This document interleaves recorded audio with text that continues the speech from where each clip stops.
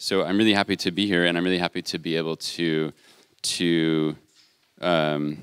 participate in the discussion and hopefully to contribute somehow. So as Anka said, my work, I've been trying to figure out a way to use the tools of urban design and architecture to research and theorize and speculate about infrastructure, and with a specific focus on logistics. And I think the framing of this symposium around the specific question about like the buildings and the spaces of the global commodity chain, I think is incredibly pressing to try to make sense of, and to try to understand how we might engage it. And so I think from my position as someone who's trying to straddle architecture and research, and I think I share that desire with a lot of people here to figure out how to have a foot in both of these categories so that we can both better understand something, but also do something about it. So what I wanted to do tonight quickly was offer a few kind of thoughts on how this question of the buildings of the supply chain might be understood.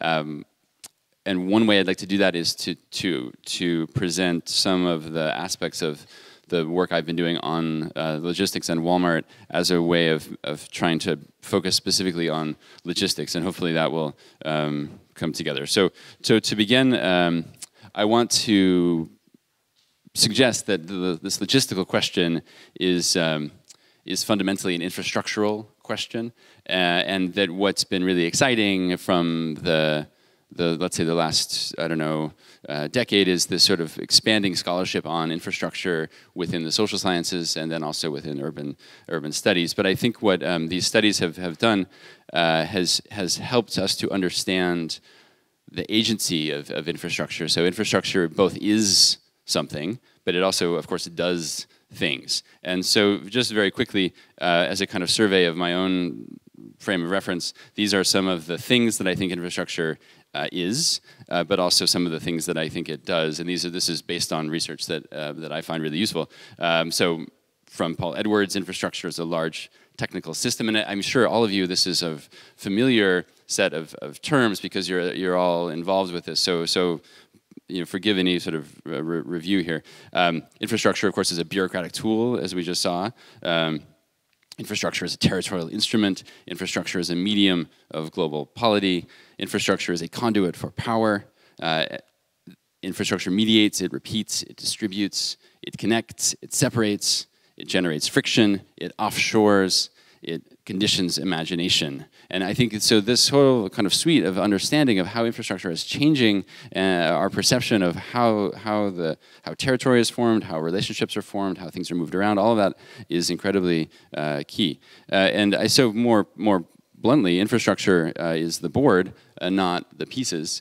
And infrastructure is also something that we can design, and I think this is a really key thing to start to understand. So in the background is a project from Gustavo Artigas' project from earlier in the millennium, but this is a project called Rules of the Game, and I love this this project because he has two American basketball teams and two Mexican soccer teams playing simultaneously on the same court. And I like this because the infrastructure itself, the kind of lines on the surface, produce this hybrid thing. So both things can happen, but then because of the simultaneity, this other sort of thing emerges. So with that in the background, three things I'd like to sort of suggest are related to the buildings of the supply chain, and it's one, the notion of the lean operation, the notion of spatial redundancy, and finally what I've been calling surplus form, and I'm still trying to kind of figure out how to make sense of this idea. But again, these are very likely familiar if you've been looking at infrastructure and supply chains, but the notion of the lean operation, this was a shift in manufacturing from mass production to lean production, and it was spearheaded by some of the by Toyota, by the car company in the 80s, and the main shift here is that our orders were assembled just in time. So rather than assembling thousands of cars and hoping people would buy them, you would build the cars and then as they were ordered. So basically you never had backstock. And this became an incredibly powerful paradigm for manufacturing because the primary goal was to have exactly as much inventory as you needed. So this brought flexibility to changing demands. This could increase consumer choice. It could ensure faster delivery. And it could also enable a responsiveness in the face of disruption. So it produced a much more nimble kind of mode of manufacturing. But so this also, of course, had incredible implications for the supply chain because instead of having a reliable amount of backstock, you had to be able to be really flexible in the way you, for example, procured rubber to make tires. And so, for example, and so this is related very much to logistics, which is coupled with just-in-time manufacturing, of course, is just-in-time delivery. So rather than a supplier having an inert inventory of products that it needs to push onto consumers, consumers are able to pull products from the supplier's repertoire. And I use push and pull here are the kind of two ways of describing the way that these products might be extracted from their productive space. So these, of course, required a number of technological developments. And I put this Womack and Jones and Root's book on the screen just because this is one of the, I think, really fantastic summaries of what this shift to just-in-time production became. I mean, it's a popular book, so there's this sort of a little bit of histrionics with it, but nonetheless, really incredibly useful description of what it meant to reorganize production in this way. Linked to this is also a certain kind of network logic that's necessary. So any kind of supply chain needs to be, the logic of the supplier needs to be maintained. So connection at all costs must be maintained. And this image, also perhaps you know, is an early diagram from Paul Baran and the Rand Corporation. This was, he was a telecommunications engineer commissioned to find out how to make sure that the Bell telephone network would be able to withstand disruption. And his conclusion was that the currently existing centralized network was incredibly vulnerable, and that even a decentralized network would not be sufficient because any sort of single hub could be easily dismantled. And he concluded that the distributed network would be the best, most resilient model because any thing passing along these pathways could find other routes if one of those nodes was disrupted. And he developed this under the challenge of thinking about telecommunication, but this became, in a certain way, the backbone of what we now understand as the internet, because it was related to the idea of packet switching and basically taking information apart into small little pieces and sending it along multiple redundant pathways in order to eventually arrive back at the destination node, which then this diagram you can find evidence in the freeway system as well as things like the internet. And this is from an amazing text from Peter Gallison about network, the emergence of the network. And then finally, this notion of surplus form. I mean, I think what for me, I think is trying to articulate with some of the research into something like Walmart is that there's an analog, like the question for me motivating some of this research was what are the mechanisms of architectural production and what's the relationship between these kind of lean supply chains and the buildings themselves. And so there's a range of responses, but I think that one aspect of that is a kind of correlation that the more lean the production becomes, the more kind of flabby and like soft the architecture becomes, at least in Walmart's case. So perhaps this is like just the sort of one specific case, but I think what it's for me useful to think about the specific architectural techniques that are able to allow these buildings to be built with such speed in the context of these systems. And so this is a single building prototype instantiated in 4 different ways that I'll explain a little bit more in more detail. But I think what for me is revealing here is that there's a kind of inverse relationship between the kind of managerial logic of leanness and reduction and a spatial logic, which is much more about flexibility and surplus and an ability to kind of to adapt to an unknown condition. So I'll come back to this notion of surplus form later. I wanted to, as a way of situating some of the kind of even more strange geographies and landscapes that emerge in logistics, to highlight just one story, and it's related to the kind of food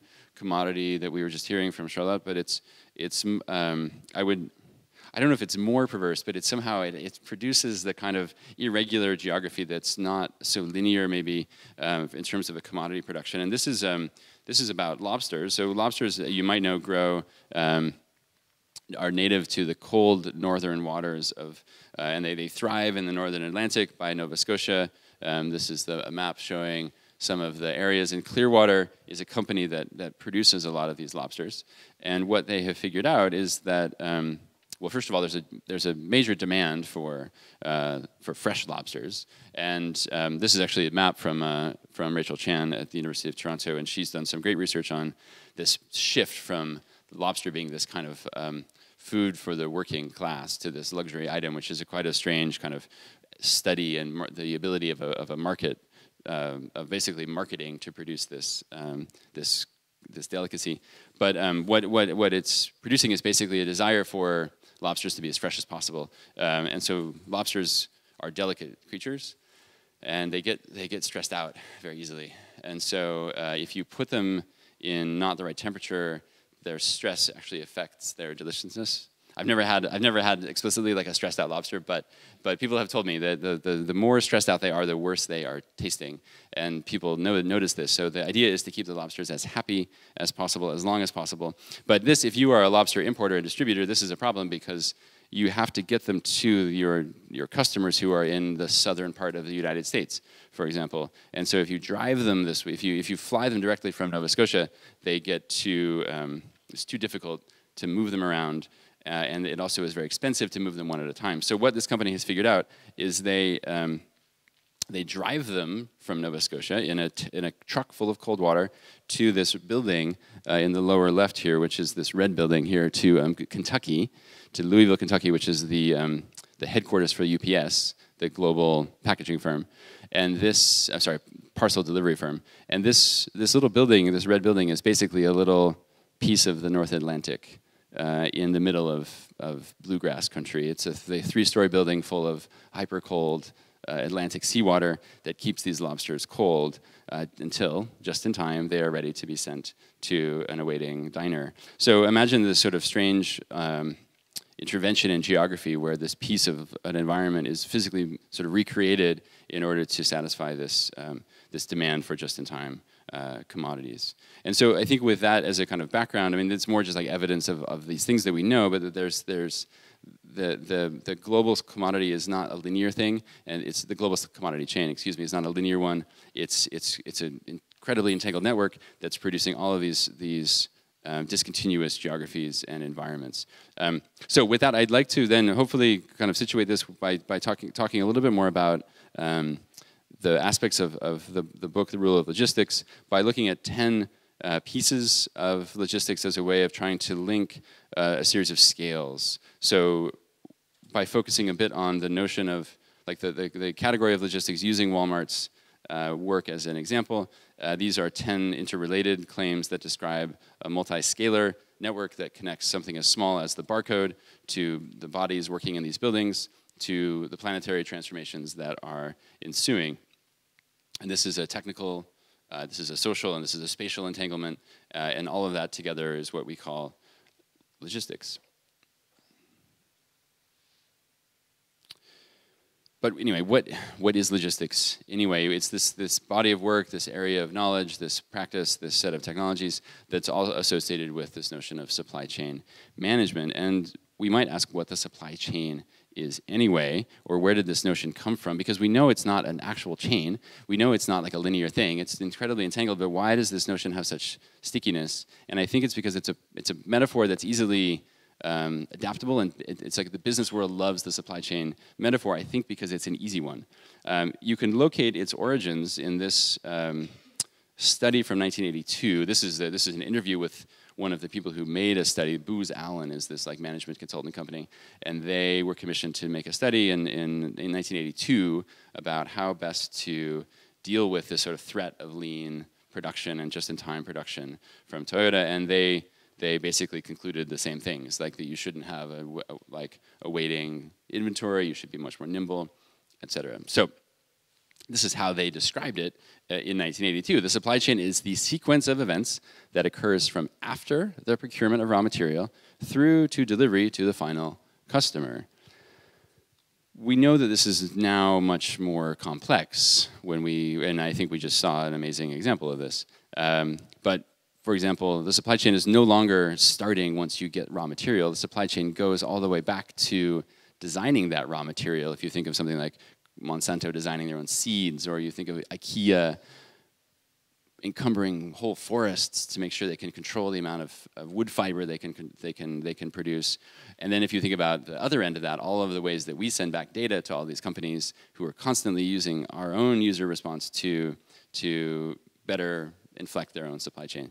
So with that supply chain in mind, I show you a quick commercial from a few years ago from UPS about logistics. A quick commercial from UPS about logistics.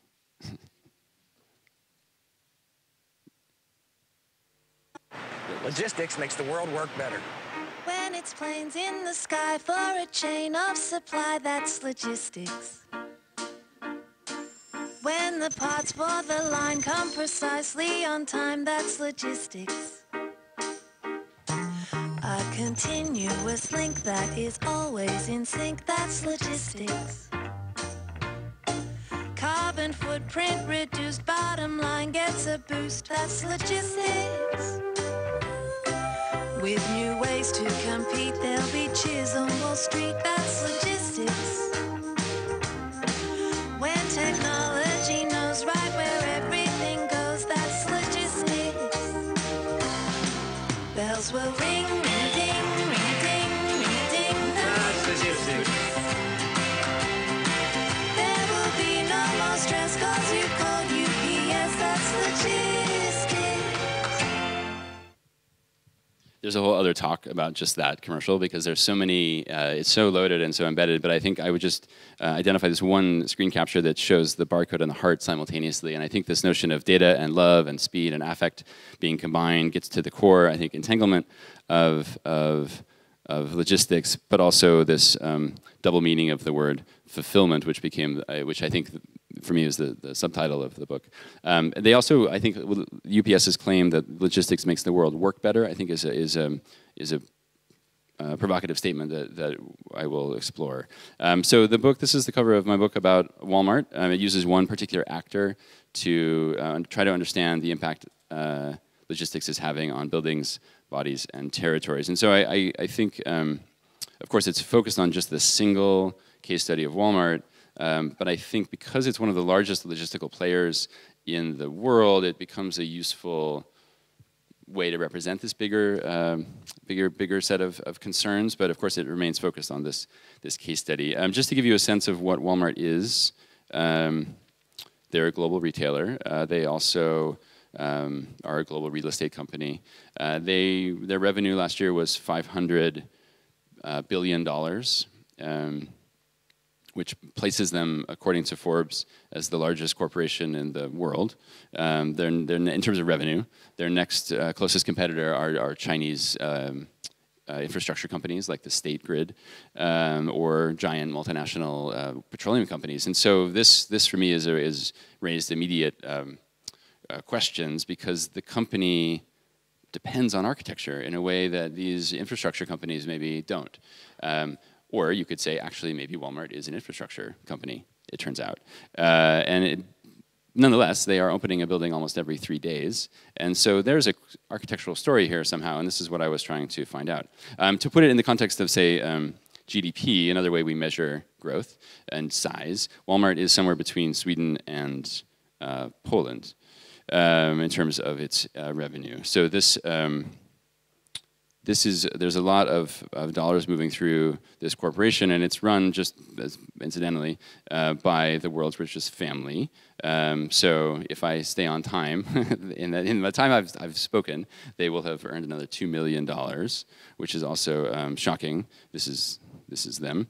And I mention that just to sort of ground it in the fact that this is not a sort of diffuse corporation. This is a series of individuals who are at the helm of this.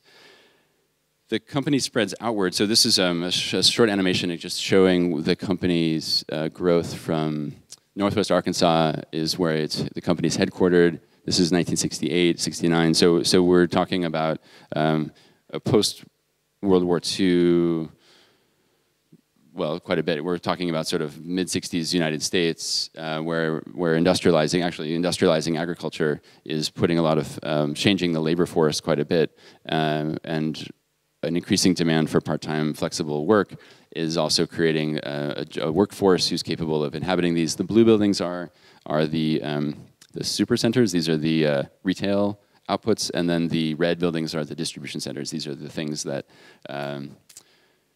Walmart uses to process and switch all of its inventory. And so I think this is one of the things about what hopefully the contribution here. The logistical world is not so much about the production of commodities, but really the management and movement of commodities. But they're of course interrelated. And so you can see a few patterns here emerging. One is that the stores grow concentrically, so they grow outward, and then every time they reach a certain critical mass, a new red dot appears, and that red dot is a kind of relieving agent, which is the distribution center. And then also you can see there's a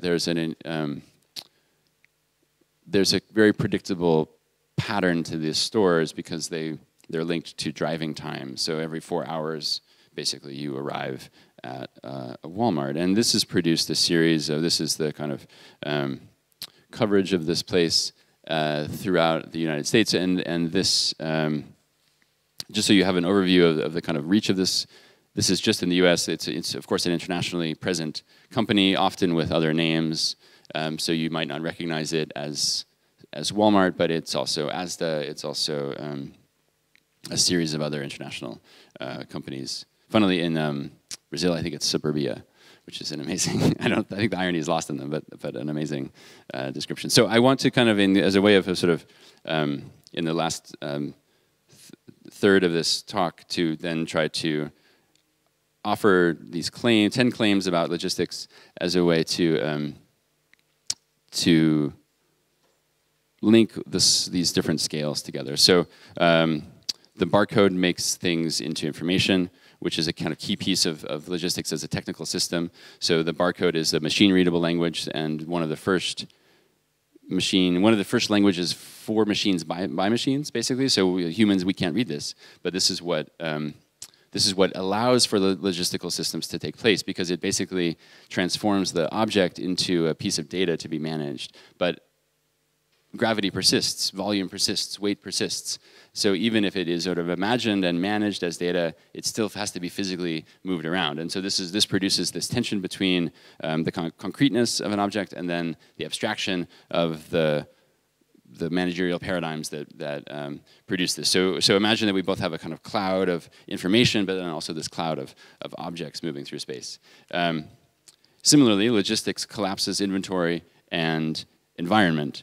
So this image for me has been a kind of key image for the project. This is a rendering from or a rendition, I guess, from the journal Army Logistician from 1982 that shows a warehouse and a model of a warehouse as well as the inventory. And I think what's really key here is that the objects that are shown as the key inventory of the building are drawn in the same way the building itself is drawn. And I think in the context of a discussion about the buildings and environments of global commodity chains, this I think is what we're seeing. Basically this collapsing of the stuff that's being moved through and the way the spaces are being imagined and developed. And so what this allows is a kind of abstraction of territory where for example, this is a model of Los Angeles that Walmart uses to decide where to put its new stores. And this is all done through real estate metrics and through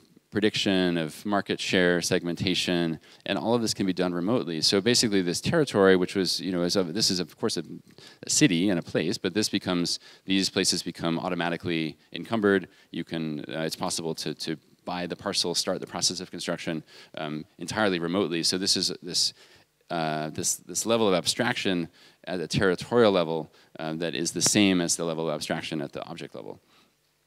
And then, as we've seen, these buildings are deployed as territorial instruments. So this is just the inverse of the previous map. I think it's easier to see the blue dots. These are the distribution centers. These things are processing devices. They are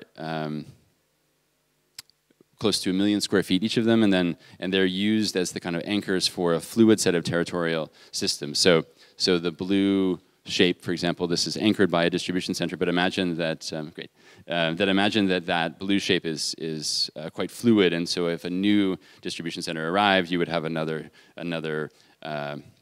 figure that would result. And so imagine that this is then superimposed on the otherwise kind of static points of the state boundaries, which is linked to histories around resource imagination, where maybe instead of political boundaries, we would think about territory through resources that are shared. But on the logistical looks at land, the land and the political are superseded by these metrics like time and speed.